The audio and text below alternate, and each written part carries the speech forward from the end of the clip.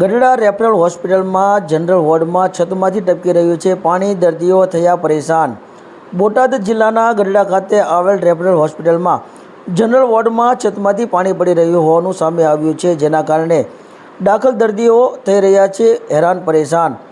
દર્દીઓને પરેશાની વેઠવાની વારો આવ્યો છે, ત્યારે આ અંગે મેડિકલ ઓફિસર ગઢડા દ્વારા જણાવવામાં આવ્યું હતું કે જનરલ વોર્ડમાં પાણી ભરાઈ રહ્યું છે, જે અંગે જાણ PIU ભાવનગરને કરવામાં આવી છે। છેલ્લા 4-5 દિવસથી પાણી ભરાઈ રહ્યું છે, જેના કારણે દર્દીઓને ખૂબ જ હાલાકીનો સામનો કરવો પડી રહ્યો છે। Doctor medical officer CHC Gadhada પાણી ભરાય છે તેની અમે જાણ PIUને ભાવનગર PIUને કરેલી છે। પાણી આ વરસાદની મોસમ ચાલુ થઈ છેલ્લા 4-5 દિવસથી દર્દીઓને જરૂર પડે તો પાછળ એક વોર્ડ છે ત્યાં રાખવામાં આવે છે।